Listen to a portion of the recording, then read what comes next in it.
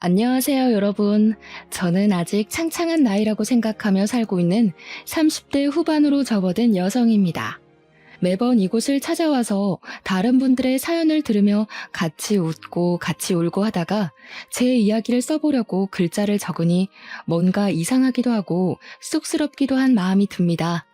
제 이야기를 과연 이곳에 풀어놓아도 다른 분들이 저처럼 웃고 울고 함께 저의 마음을 공감해 줄까 싶은 생각이 들어서 이렇게 글 써도 되나 하는 망설임이 생기기도 합니다. 혹시나 제 이야기가 재미없으면 어떡하지 하는 고민이 드는 이 밤에 아무래도 답답한 속을 달래줄 수 있는 곳은 여기밖에 없다는 생각에 글을 적어 내려갑니다. 저는 아직 적다면 적은 30여 년을 살았지만 다른 분들이 60대, 70대에 겪는 풍파를 모조리 겪었다는 생각을 이상하게 지울 수가 없습니다. 남들은 살면서 한 번 겪기도 힘들다는 갖은 순환과 시련을 저는 왜 이렇게 이른 나이에 겪게 되었는지 참 제 운명이 이렇게 기구한 건가 싶기도 하고요. 하지만 이제는 모든 일을 보내주었기에 조금 다른 생각을 가지고 살아보려고 합니다. 이른 나이에 겪게 되어서 남들보다 더 단단해진 제가 될 수 있었다고요. 이쯤 되면 얼마나 모진 일을 겪었기에 저런 소리를 할까 싶으시죠? 물론 기상천외한 놈들이 판치는 세상이라 제 이야기가 별거 아니게 느껴지실지도 모릅니다. 하지만 제 인생에서 이런 일은 두 번 다시 없을 것이며 다른 분들 인생에도 이런 일이 없길 바라며 제 사연을 한번 끄적 걸어봅니다. 지금부터 저와 함께 시작할 제 이야기를 끝까지 들어주시고 여러분들의 좋은 조언을 가슴에 새겨보도록 하겠습니다. 제가 오늘 들려드릴 이야기의 주인공은 사실 제가 아니라 저의 남편이라고 말을 해도 과언이 아닐 정도로 남편의 비중이 상당히 높습니다. 다른 분들도 남편을 남의 편이라 부르며 많은 이야기들을 하시던데 저의 남편은 참으로 특이한 점이 하나 있습니다. 그게 무엇이냐 하면 바로 제 남편이 아주 어마어마한 구두쇠 중에 구두쇠라는 점입니다. 동화책에서나 나오던 스크루지 아저씨 그 인간보다 더하면 더했지 덜하지 않은 사람이죠. 정말 저는 살면서 이렇게까지 돈을 아낄 수 있나? 사람이 이렇게 짠돌이일 수 있나 하는 마음을 매일같이 느끼면서 살았습니다. 왜 그런 남자와 결혼을 했냐 싶으시죠? 처음에 저는 남편의 근검절약하는 모습이 너무 검소해 보이고 신중해 보이고 이 사람이랑 살면 평생 돈 걱정은 안 해도 되겠구나 싶었습니다. 어떻게 보면 그 구두쇠 짠돌이 같은 모습이 제 마음을 움직이게 만든 결정적인 부분이기도 했던 것입니다.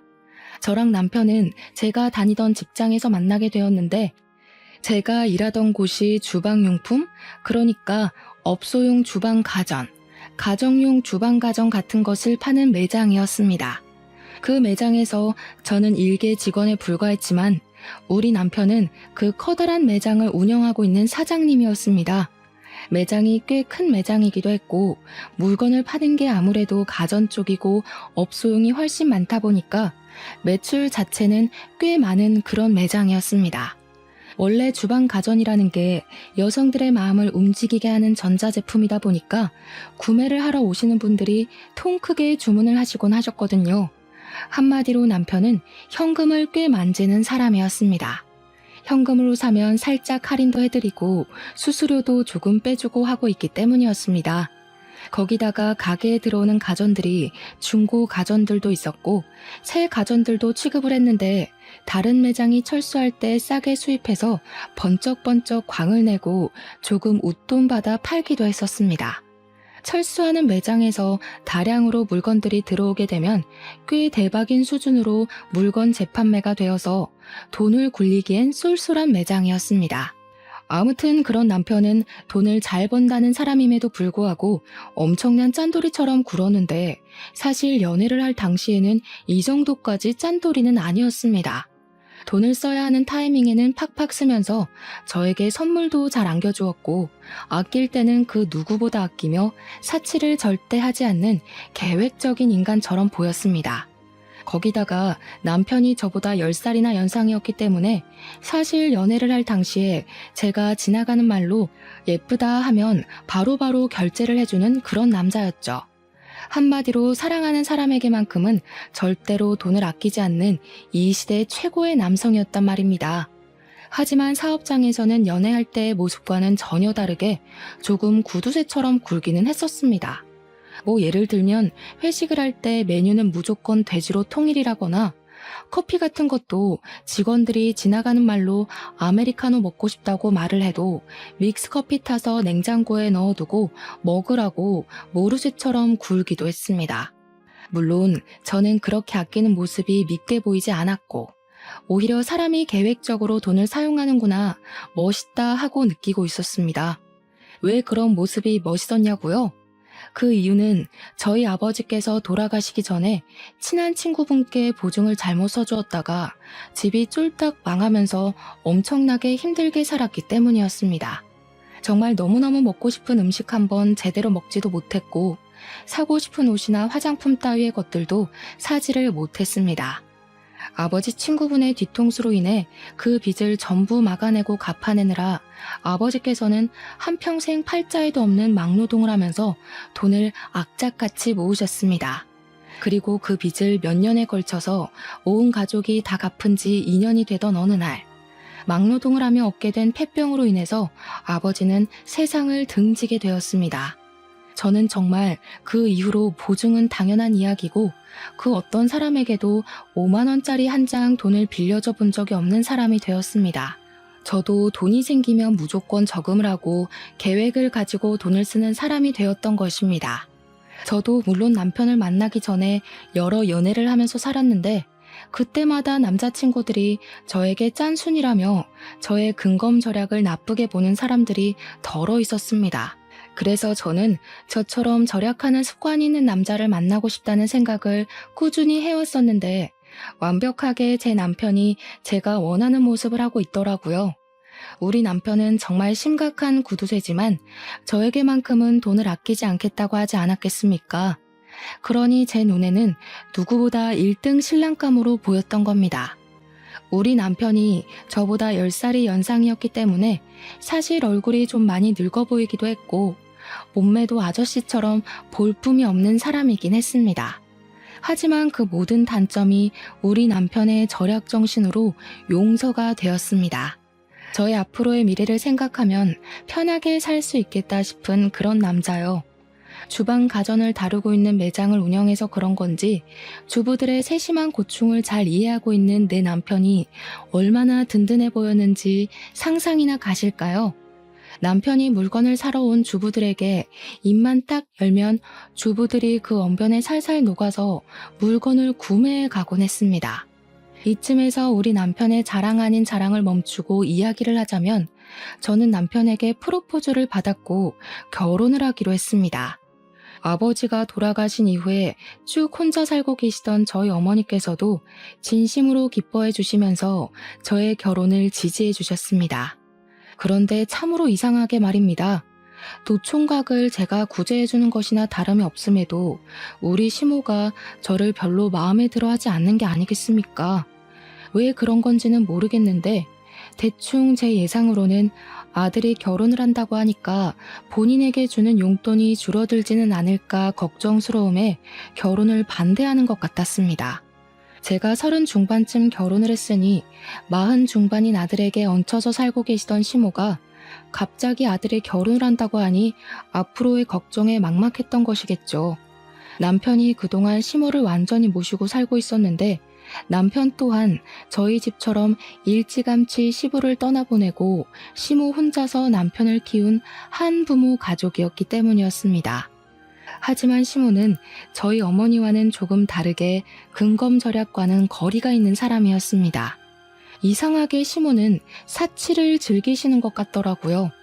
시댁에 인사를 드리러 방문을 했는데 방 한 칸이 시모가 모은 명품백과 명품 옷들로 가득 차 있는 걸 보고 상당히 놀랐다고나 할까요? 오히려 젊은 저보다 명품 브랜드를 훨씬 많이 알고 매번 새로 나오는 신상품들도 줄줄이 꿰고 있었습니다. 시모의 탐탁지 않음을 견뎌내고 결혼식을 올리고 신혼생활이라는 것을 시작하게 되었는데 진짜 결혼한 지 한 일주일쯤 지났을까요? 황당한 일이 벌어지게 되었습니다. 갑자기 남편이 운영하던 매장에 세무조사가 들어오게 되었는데 남편이 보유한 현금과 주식에 대한 세금을 내야 한다고 신고를 받았다고 하더라고요. 누가 했는지 모르겠지만 남편이 그동안 뒤로 몰래 숨겨놓은 현금들이 꽤 있었고 세무조사가 들어오게 되면서 남편은 그 돈을 다시 옮겨놔야 했습니다. 남편은 세금을 줄이기 위해서 백방으로 발에 땀이 나게 돌아다니며 물어본 결과 보유하고 있는 주식들만 와이프에게 양도를 해도 세금이 줄어들 것이란 이야기를 듣게 되었습니다. 남편은 세금을 내는 돈이 세상에서 제일 아까운 돈이라고 하면서 저에게 주식을 양도해 주겠다고 이야기를 했고 사실 저는 끼름칙해서 싫다고 했습니다. 남편은 줄기차게 부부간에 양도를 하는 것이라며 절대로 법적으로 문제될 일이 없으니 안심하라고 저에게 주식을 대거 옮겨두었습니다. 사실 저는 세금이라는 건 국민이라면 누구나 내야 하는 부분이고 이런 행동이 탈세라는 행동이라 생각을 하고 있었습니다. 마음 같아서는 끝까지 받고 싶지 않았죠. 이렇게까지 귀찮은 짓을 벌이며 세금을 내지 않으려고 하는 남편이 이해가 가지 않았습니다. 결혼한 지 3개월이 지났을 때부터 저는 점점 남편에게 실망할 만한 일들이 생기기 시작했습니다. 남편은 병적으로 저에게 돈을 주는 것을 싫어했고 돈을 아끼기 시작했습니다. 어떤 일까지 있었냐 하면요. 제가 올이 나간 스타킹을 버리려고 하자 남편이 득달같이 달려와서는 멀쩡해 보이는데 이걸 왜 버리냐고 잔소리를 하더라고요.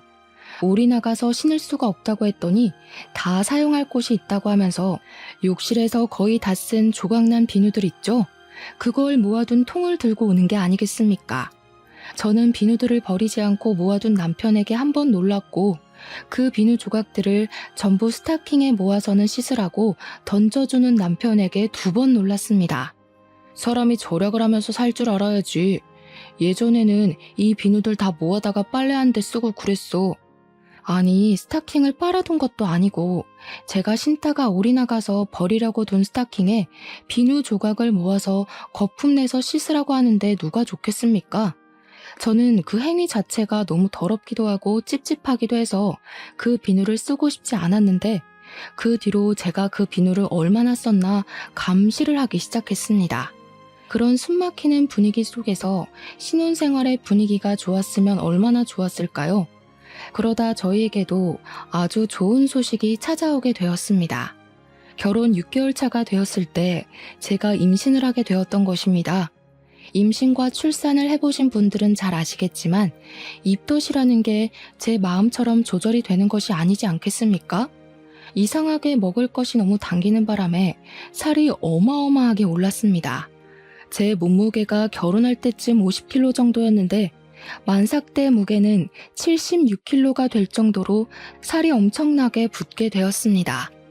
오죽하면 병원에서도 임신 당뇨가 올 수 있으니 조심해야 한다고 과일이나 당류를 먹지 말라고 경고를 할 정도였으니 상상이 가시겠죠.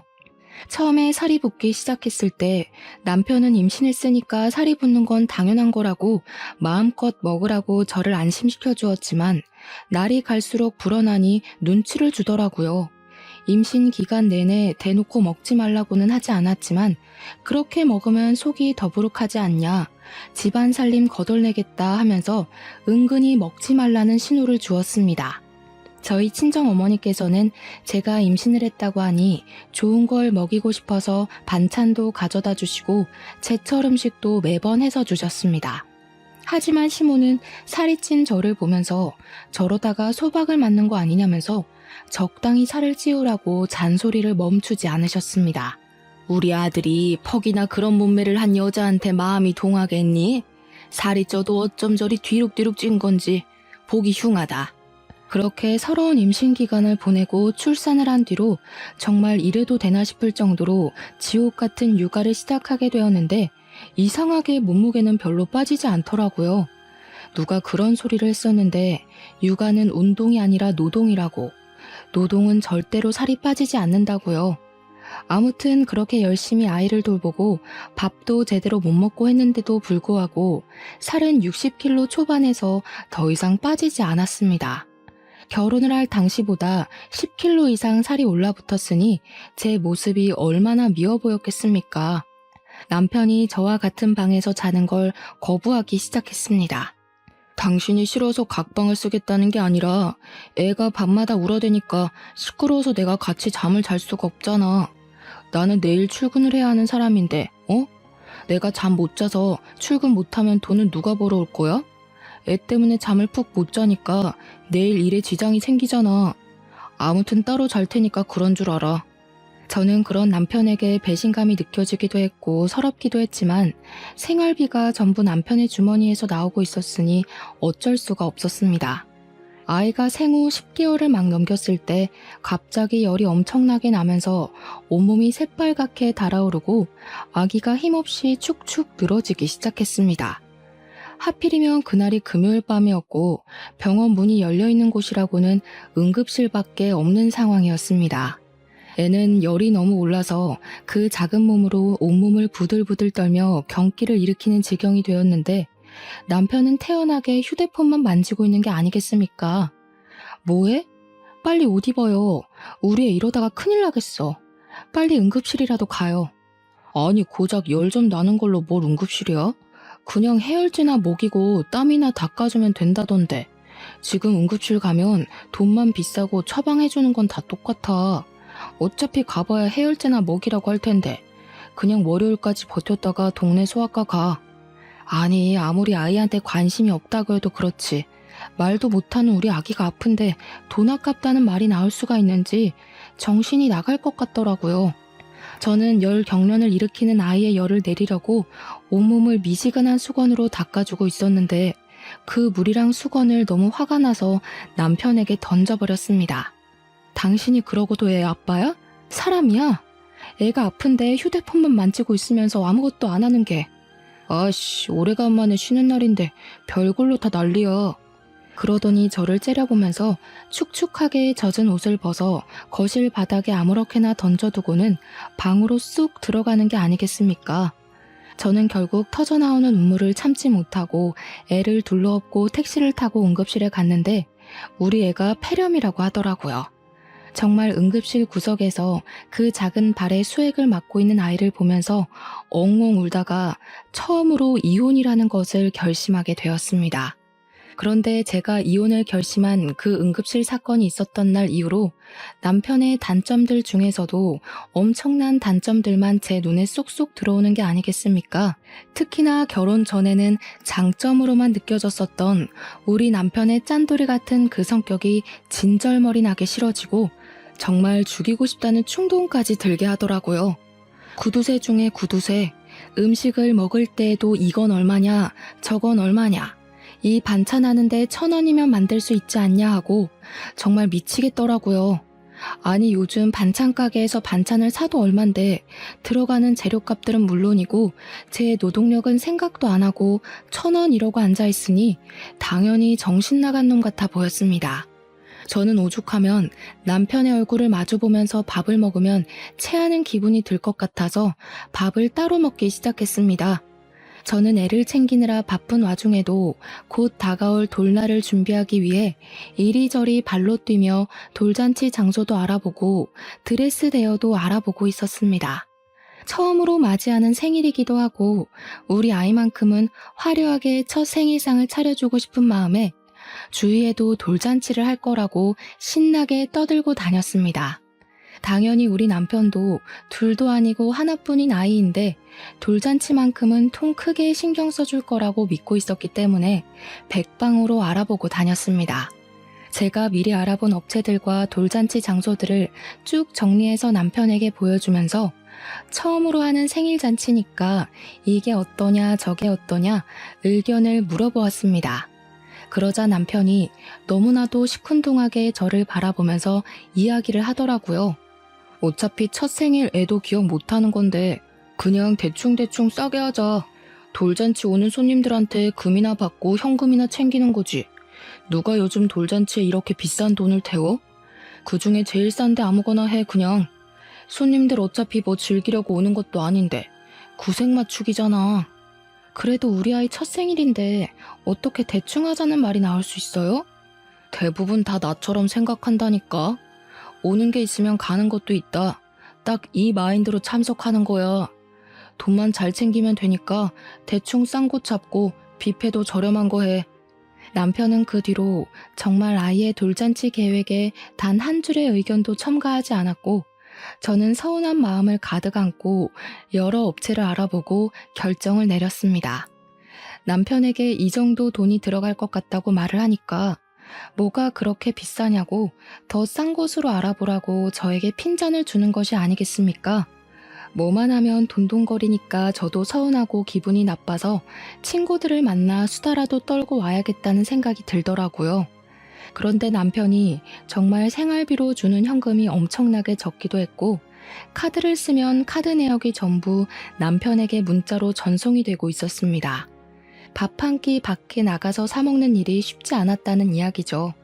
그래서 창피하긴 했지만 남편에게 친구들을 만나러 나가게 현금을 조금 달라고 했습니다. 내가 준 생활비는 다 어디에다 쓰고 돈을 달라고 그래? 그렇게 사람이 계획 없이 살 거야? 잔소리를 실컷 하며 사회생활에서 받은 스트레스를 저에게 다 쏟아내더니 현금 딸랑 2만 원을 주더라고요. 친구들 만나서 얻어먹을 줄도 알아야 한다고 하면서 커피값으로 2만 원이면 충분하지 않냐고 하는데, 그 돈을 받으면서 제 처지가 어찌나 서럽게 느껴지던지. 친구들을 만나서도 이런 이야기는 차마 못하겠더라고요. 10살이나 많은 남자에게 시집가서 거의 노예나 다름없는 생활을 하고 있다는 걸 제 입으로 어떻게 말을 하겠습니까? 그런데 아주 통쾌하고 기가 막힌 나름의 복수를 할 기회가 찾아왔습니다. 저희 아이가 돌잔치가 있던 그 해가 어머님의 칠순인 해와 겹치게 되었는데 생일도 비슷한 시점이었던 것이었습니다. 남편은 저희 아이 돌잔치는 싸게 빨리빨리 준비를 하라고 손님들에게 돈만 거두면 된다고 말을 하더니 시모는 최고급 호텔에서 칠순잔치를 해주겠다고 하더라고요. 너무나도 당당하고 뻔뻔하게 저에게 이야기를 하는데 제가 기가 막혀서 무슨 대꾸를 해야 할지조차 감이 오지 않았습니다. 우리 엄마는 고생고생해서 나를 키워주셨는데 내가 그 정도도 못해? 우리 아이는 돈 없다고 동네 지하 뷔페에서 싸게 하자고 하더니 어머님 칠순잔치는 뭐가 다르다고 그렇게 크게 하냐 이거지. 너 진짜 생각이 못됐어. 칠순이랑 돌이 같냐? 우리의 칠순 때는 호텔에서 하겠지. 그걸 지금 말이라고 하는 거야? 우리의 첫 생일인데 칠순이랑 다를 게 뭐야? 야, 너는 우리 엄마가 앞으로 살면 얼마나 더 산다고 그걸 질투하고 그래? 됐고, 그렇게 결정했으니까 앞으로 토달지 마. 남편이 질투라는 단어를 꺼내는데 얼마나 어이가 없던지, 이걸 질투라는 단어로 포장할 수 있는 문제인지 모르겠더라고요.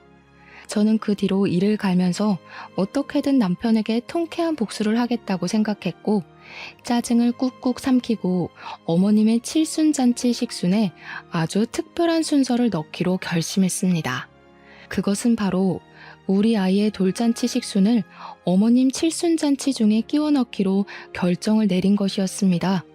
남편이 호텔에 예약을 하기 무섭게 호텔 측에 따로 이야기를 해서 칠순잔치와 돌잔치를 같이 넣기로 결정을 내렸고, 돌잡이와 돌상도 모두 준비를 마쳤습니다. 그리고 제 친구들이며 지인들에게 일일이 연락을 돌려서 그 잔치 자리에 초대를 했고, 어머님 칠순잔치 겸 돌잔치를 제 손으로 모두 준비하기 시작했습니다. 남편에게 제가 칠순잔치 준비를 할 테니 걱정하지 말고 있으라고 이야기를 했더니 내심 좋아하면서 아예 신경도 쓰지 않더라고요. 단순한 사람이라 이럴 때는 참 편했습니다. 당연히 제가 이런 계획을 세우고 있다는 것을 시모와 남편은 꿈에도 생각하지 못했습니다. 우리 짠돌이 남편은 시모 칠순잔치에 방문할 손님들이 대충 100명 정도 될 것이라고 예상을 하고 있었는데 실상은 매우 달랐습니다. 우리 아이 돌잔치에 참석할 손님들만 해도 100명이 더 추가가 되었으니 얼마나 놀랐을지 상상이나 가시나요? 제가 그 100명을 끌어모으기 위해서 평소에 연락을 하지도 않던 지인들에게 일일이 연락을 돌려서 우리 아이 돌잔치에 제발 참석해서 밥이라도 먹고 가라고 며칠을 졸랐는지 모릅니다. 당일이 되어서야 예약된 인원이 100명이 아닌 200명이란 사실을 알게 된 남편이 깜짝 놀라서 호텔 직원을 찾아가 따져 묻기 시작했습니다. 호텔에서 하는 잔치다 보니까 예약 인원수대로 식사가 코스 요리로 준비가 되었고 남편이 예상한 금액의 2배가 나오게 생겼으니 정신이 빠진 사람처럼 분주하게 돌아다니더라고요. 아니, 저희가 예약한 건 100명인데 왜 200명으로 되어 있습니까? 홀을 헷갈린 거 아닌가요? 이렇게 큰 장소를 예약하지 않았는데? 지난번에 손님 200분으로 변경하신다고 전화 받았었는데요. 남편은 직원이 당황해하며 예약 변경된 인원이 맞는다고 말을 하자 울그락 푸르락해져서는 저에게 무슨 짓을 했냐고 소리를 치며 대기실로 찾아왔습니다. 그런데 제가 이미 드레스로 갈아입은 상태였고 저희 아이도 돌잔치 드레스를 입고 있으니 남편이 입을 떡 벌리면서 뒤이어 말을 못하더라고요. 저는 남편에게 아주 태연하게 턱시도를 건네면서 어서 갈아입으라고 했고 남편은 손에 들린 옷을 보면서도 이게 무슨 일인가 의아해했습니다. 한복까지 곱게 빌려 입고는 칠순잔치 한다고 아침부터 신나서 미용실에 가서 화장까지 받고 온 시모는 저와 아이의 모습을 보고 당황해하더라고요. 당연히 본인이 주인공인 줄 알았는데 더 화려한 모습으로 나타난 며느리와 손녀를 보고 입이 떡 벌리신 거죠. 그 모습이 어찌나 통쾌하고 쌤통이던지 마음 같아서는 제자리 뛰기라도 하면서 만세를 부르고 싶었습니다. 어차피 당신이 돈을 아끼라고 했으니까 어머님 칠순잔치 때 우리 아이 돌잔치도 하면 되겠다 하고 생각했지. 당신도 얼른 옷 갈아입고 와. 남편이 어이없다는 듯 헛기침을 했지만 이미 일은 다 벌어진 뒤고 손님들도 하나둘 자리를 잡고 있는데 무슨 뾰족한 수가 있겠습니까? 처음에는 시모 칠순잔치대로 식순을 했는데 시모는 이미 뒤이어 돌잔치가 시작된다는 것을 알고 있었기에 마음 놓고 기뻐하지도 못하고 인상만 뚱하게 쓰고 있더라고요. 시모 친구들은 아무것도 모르고 있다가 사회자가 이제 2부 식순으로 우리 아이의 돌잔치를 시작하겠다고 하니 다들 벙쪄서는 시모만 쳐다보았습니다. 시모는 그 자리에서 화를 내지도 못하고 불편한 한숨만 꾹꾹 삼키시더라고요. 저는 시모의 칠순잔치 축하 현수막까지 다 뜯어내고 우리 아이의 돌잔치 축하 현수막으로 새로 바꿔 달았습니다. 2부 행사처럼 돌잔치를 하고 돌상에 돌잡이에 스냅 사진이라는 것까지 알차게 다 찍은 다음 밥도 맛있게 먹었습니다. 그날 밥맛이 어찌나 좋던지 시모와 남편의 똥 씹은 얼굴이 반찬이더라고요. 그 이후에 남편은 식대로 나온 금액을 보고 온몸을 부들부들 떨었습니다. 애초에 자식 생일에 돈을 아끼지 않았으면 이것보다 당연히 싸게 먹혔을 텐데 자기 꾀에 자기가 넘어간 것 아니겠습니까? 모든 행사가 끝이 나고 옷을 갈아입고 나왔는데 분노에 휩싸인 시모가 갑자기 제 머리통을 확 치는 게 아니겠습니까? 네가 아주 내 친구들 앞에서 나를 망신 주려고 작정을 하고 덤비는구나. 순간 머리가 울리는데 저도 이성을 잃게 되더라고요. 열이 받으니까 눈에 보이는 게 없어서 저도 그만 시모의 머리통을 그냥 빡 날려버렸습니다. 아무래도 젊은 제가 팔 힘도 훨씬 좋지 않겠습니까?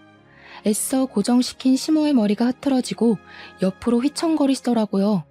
시모가 진짜 아프긴 아팠는지 눈물을 뚝뚝 흘리면서 남편을 바라보는데 남편이 씩씩거리면서 시모 편을 들더라고요. 너 정신 나간 게 틀림없구나. 지금 우리 엄마를 때려? 야, 너네 엄마가 내 머리통 때린 건 눈에도 안 보이냐? 야, 너네 엄마? 이게 진짜 그거랑 그게 같아? 어? 너 10대가 지금 얼마가 나온 줄 알고 이러는 거야? 이 홀 빌리는 데만 1,000만 원이야. 그런데 지금 10대만 2천만 원 나온 게 말이 되냐고. 너네 엄마네 손님들은 돈도 별로 안 내놓고 갔나 봐. 우리 애 손님들은 금반지에 돈봉투 아주 두둑하게 했던데. 그걸 왜 네가 챙겨? 내놔. 어머, 이걸 어쩌지? 현금은 이미 통장에 넣었고 금반지는 우리 엄마한테 녹여서 목걸이 만들어달라고 보냈는데. 그렇게 통쾌한 복수를 하고 난 이후 남편은 아주 치사한 방법으로 저를 괴롭히기 시작했습니다. 바로 생활비를 확 줄여버린 것이었습니다. 남편은 생활비를 줄이면서 저에게 돌잔치 때 돈 많이 챙긴 거 아니었냐고 그 돈으로 생활하면 되겠다고 비아냥거렸습니다. 저는 아기 분유값에 기저귀 값에 부가적으로 들어가는 돈 때문에 힘들어 죽겠는데 남편이라는 놈이 저런 식으로 나오니까 열이 받아서 더는 이렇게 못 살겠다 싶었습니다. 거기다가 저랑 애한테 들어가는 돈은 그렇게나 아끼고 아껴대면서 자기 먹고 노는 돈이랑 시모에게 들어가는 사치 비용은 하나도 아끼질 않더라고요. 맨날 말로만 죽겠다 죽겠다 하고 정작 쓰는 돈은 펑펑 쓰니 제가 열이 안 받겠습니까? 지 허리벨트 하나 사는 것까지도 전부 명품으로 긁어대면서 우리 아이와 저는 이렇게 거지꼴로 아껴 살아야 하나 싶은 생각이 들었습니다. 그러던 어느 날 항상 하늘은 불쌍한 자를 돕는다고 하지 않겠습니까? 우리 남편이 친구를 따라가서 돈을 더 불리고 싶다는 욕심에 큰 투자를 하나 하게 되었습니다.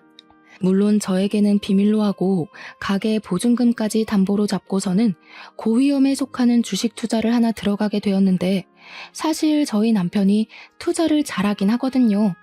엄청나게 좋은 주식이라는 말에 큰돈 한번 당겨보자는 심산으로 친구 따라 알아보지도 않고 아무 주식이나 들어갔다가 휴지 조각으로 변해버리고 만 것입니다. 있는 돈으로만 투자를 했으면 돈 잃고 마는 것인데 가게 보증금까지 걸어뒀으니 남편 발등에 불똥이 튀기 시작한 거죠. 거기다가 엎친 데 덮친 격으로 팔았던 물건들에 어마어마한 클레임이 걸려오면서 된통 그 값까지 뒤집어 쓰게 된 것입니다. 우리 남편은 순식간에 빚더미에 앉은 알거지가 되었습니다. 남편은 급한 불을 끄고자 시모에게 가서 돈을 좀 빌려달라고 했는데 저희 시모도 엄청난 사치왕이라고 하지 않았겠습니까? 당연히 돈 없다고 했다더라고요. 그 이후에 남편은 정말 정신나간 사람처럼 쉬지 않고 이곳저곳에 돈을 빌리러 다니기 시작했는데 어쩜 돈을 빌려주겠다고 나서는 친구가 하나도 없었습니다. 저는 그런 초라한 남편의 모습을 보면서 깨닫게 되었습니다. 남편이 오죽 짠돌이처럼 굴었으면 이런 위급한 상황에 돈을 빌려줄 친구가 하나도 없는지 말입니다.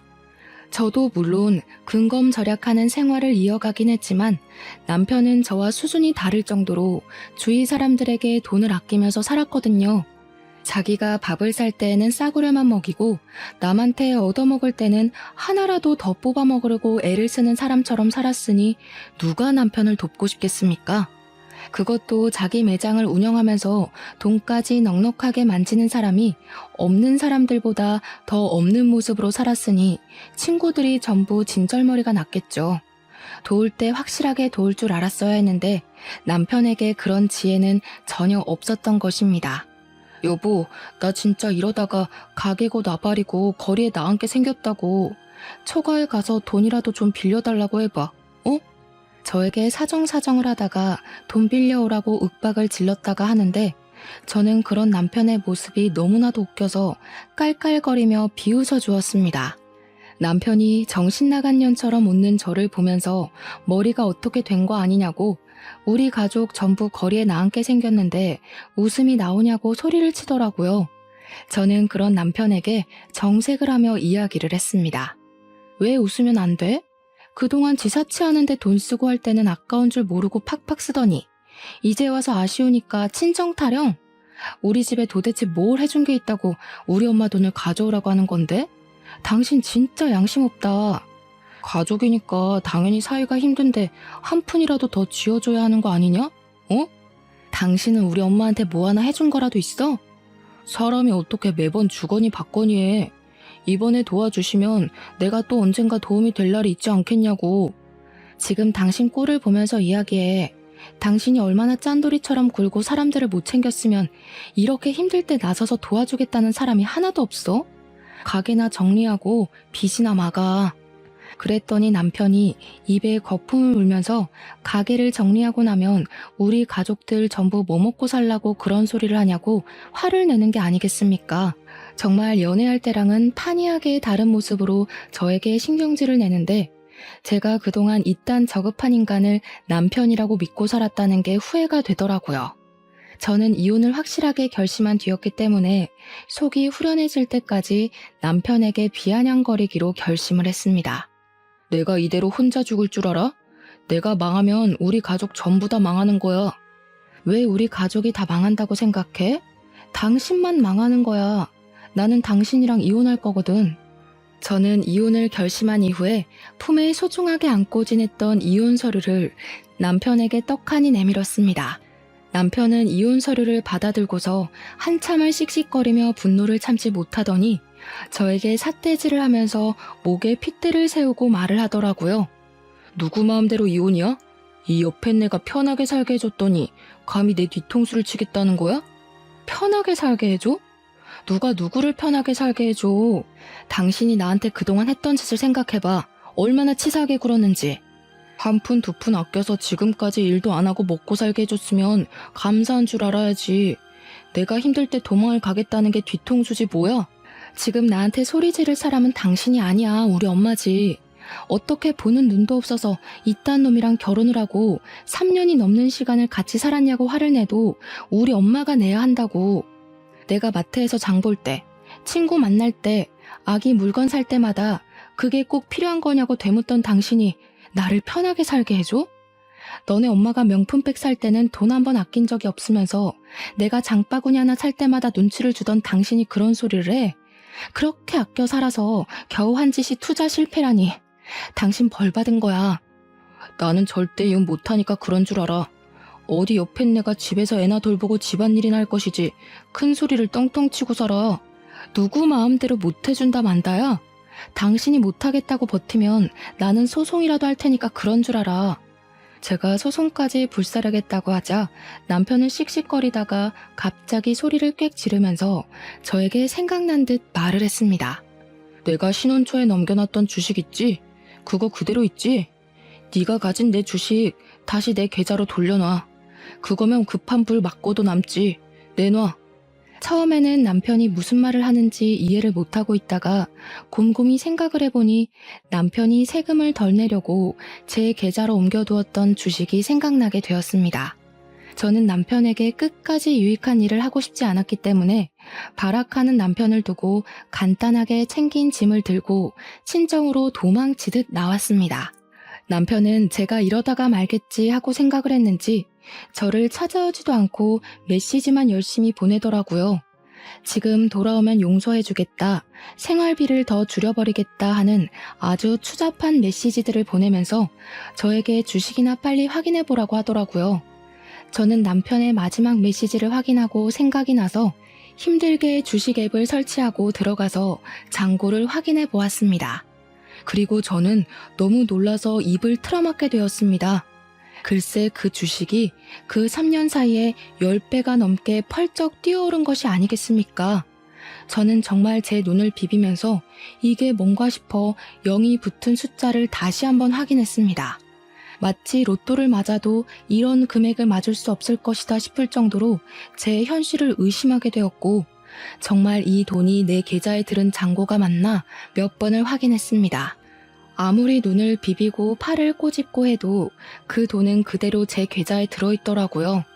그 주식이 연예계 엔터테인먼트 회사 주식이었는데 아이돌 그룹이랑 배우들이 성공을 하면서 회사 자체가 몇 년 사이에 대박이 났다는 것입니다.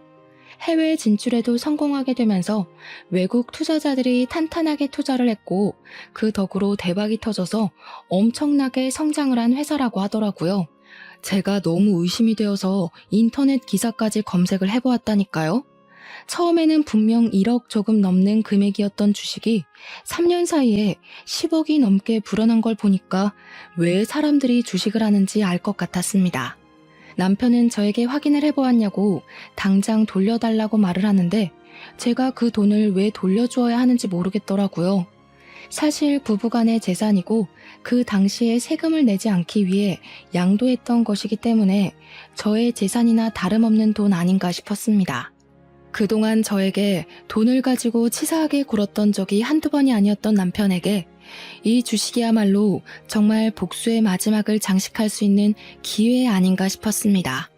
저도 갑질을 하기로 마음을 먹고 변호사를 찾아가서 시집살이 당했던 것, 남편이 생활비로 치사하게 군 것, 마지막으로 양도받은 주식 이야기까지 모조리 털어놓았습니다. 변호사는 저에게 세금을 피하기 위한 불법적인 수법으로 양도를 했기에 이 주식을 굳이 돌려주지 않아도 된다고 말을 하더라고요. 재산 분할을 해달라고 해서 나누게 된다고 하더라도 유책 배우자가 남편이기 때문에 얼마 못 가져갈 거라면서 저에게 단단히 버티라고 하시더라고요. 변호사님까지도 제 편을 들어주시는데 제가 화려한 뒤통수를 때려야 하지 않겠습니까? 남편이랑 시모는 그 주식값이 뛴 것을 보고 계속해서 저를 귀찮게 했지만 저는 그들을 완벽하게 무시했습니다. 결국 남편의 가게가 넘어가고 가게며 집이며 전부 빨간 딱지가 붙어버렸고 우리의 신혼집 또한 경매로 넘어가게 되면서 남편은 시모 집에서 얹혀 살게 되었습니다. 시모는 망해버린 아들이 돈까지 주지 않으니까 사치를 못해서 답답해 죽겠다며 읍소를 했습니다. 결국 둘 다 저를 찾아와 무릎을 꿇고 빌면서 한 번만 도와달라고 사정사정을 하더라고요. 제가 가진 돈의 반의 반만이라도 나눠주면 안 되냐고 잘못했다고 말입니다. 저는 당연히 그들의 처지를 비웃으며 응 안 돼 돌아가 하면서 약을 올렸습니다. 내가 당신한테 돈 가지고 벌벌 기었던 걸 생각하면 이 뒤통수에 몇 배를 돌려주어도 모자랄 지경이야. 앞으로도 그렇게 짠돌이처럼 아껴 살면서 돈 모아서 갚도록 해. 알겠지? 아, 그래도 내가 그동안 살았던 정이 있으니까 밥 사 먹을 돈은 줄게. 그러면서 지갑에서 딱 2만 원을 꺼내서 남편에게 주었습니다. 남편은 돈을 받으면서 부들부들 떨더라고요. 밥 먹는데 무슨 10,000원씩이나 들어? 적당히 분식 같은 거 사 먹어. 그럼 넉넉하게 쓸 수 있어. 아메리카노도 한 잔 먹고. 남편이 벙찐 얼굴로 저를 바라보는데 친정 어머니께서 경찰에 신고를 하셨더라고요. 여기 주거 침입한 사람들 당장 잡아가라고요. 경찰이 와서 시모와 남편을 잡아 끌고 가는데 끝까지 시모는 발악을 하고 남편은 망연자실한 얼굴로 아무 소리도 못하고 질질 끌려나갔습니다. 결국 남편이랑은 7개월의 소송 끝에 이혼을 하게 되었고 재산 분할해주라는 결과가 나오긴 했는데 주식의 10%만 주면 된다고 하더라고요. 쿨하게 딱 1억 송금해주고 끝냈습니다. 저는 남편 덕에 공짜로 얻은 돈으로 우리 아기를 잘 키우면서 행복하게 살고 있어요.